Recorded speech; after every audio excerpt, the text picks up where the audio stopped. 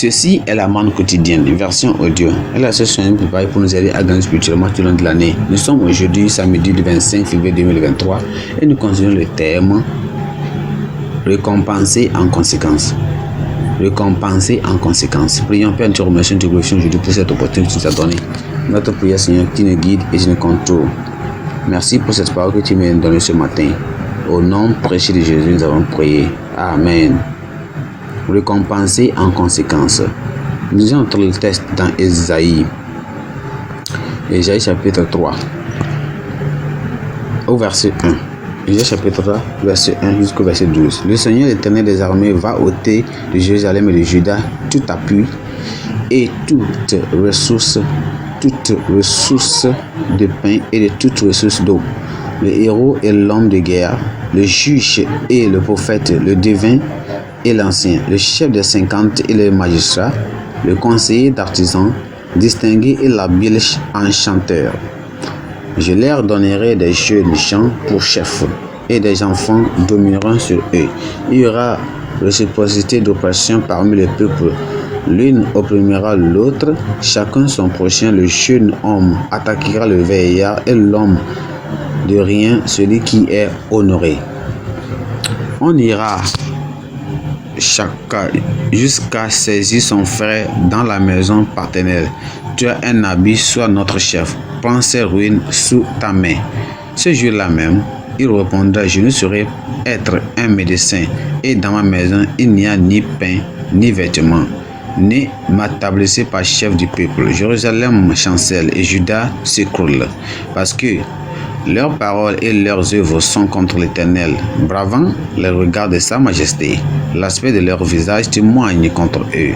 Et, comme Sodome, ils publient leurs crimes sans dissimuler. Malheur à leur âme, car ils se préparent des maux. Dites que le juste prospérera, car il jouira des fruits de ses œuvres. Malheur au méchant, il sera dans l'infortune, car il recueillera le produit de ses mains. Mon peuple a pour oppresseur des enfants, et des femmes dominent sur lui. Mon peuple, ceux qui te conduisent t'égardent, et ils corrompent la voie dans laquelle tu marches. Notre verset clé, c'est le verset 10 et 11, qui dit, dites ce que le juste prospérera. Dites que le juste prospérera, car il jouira du fruit de ses œuvres. Malheur au méchant, il sera dans l'infortune, car il recueillera le produit de ses mains. Souvenez-vous qu'aujourd'hui, on parle de quoi? Récompenser en conséquence. Allons dans le message. Vivre dans la justice et dans l'obéissance élève quelqu'un au moment, ou bien au sommet. Le péché et la désobéissance font descendre, ou bien abaissent de cet honneur jusque dans le caniveau. Jérusalem et Juda sont tombés sous le jugement divin à cause de la rétrogradation et l'idolâtrie. Pourquoi ce jugement? Jérusalem et Juda ont refusé les paroles de Dieu et ont supprimé les anciens repères. Leur langue, leur action se dressèrent comme l'Éternel, contre l'Éternel, selon Ésaïe chapitre 3, verset 8. Il dit, bravant les regards de sa majesté. Par conséquent, ils ont attiré le mal sur eux-mêmes. Le Seigneur les a récompensés en conséquence. Aux justes, bien-être, la fécondité, et aux pécheurs, quoi? La maladie et les ennuis. Aux justes, il les a donné quoi? Le bien-être et la fécondité. Mais aux pécheurs, il les a donné quoi? La maladie et les ennuis. La rétrogradation attire le châtiment divin. Si vous vivez l'expérience du passage dans le désert, vous vous sentez abandonné. La joie du service disparaît et il n'y a aucune réponse à vos prières. Alors vous devez faire un examen de votre conscience.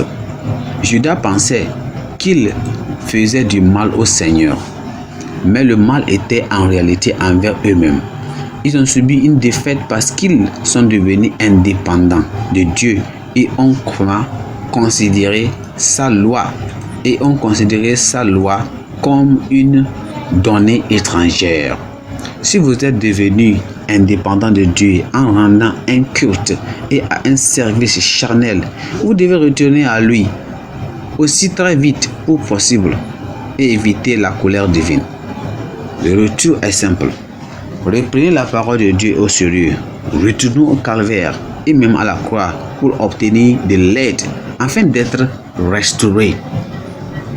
Supprimez tous les dieux étrangers qui ont entravé votre compréhension et votre obéissance à la parole de Dieu.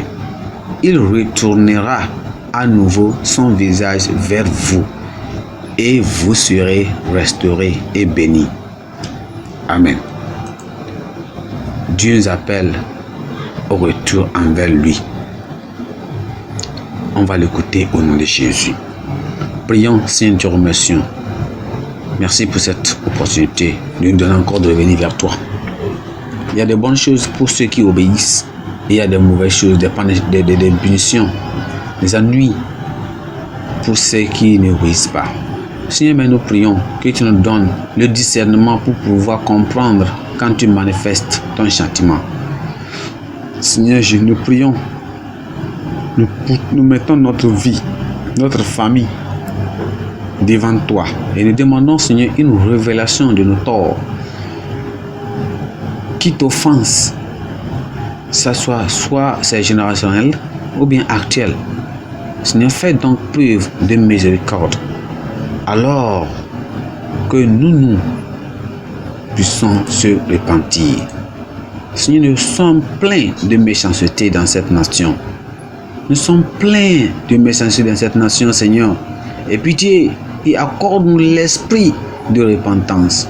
Seigneur, que ta miséricorde dépasse tous les jugements générationnels, nationaux, familiaux, n'importe où, sur les participants même de l'évangélisation mondiale, et bénis nous tous au nom de Jésus.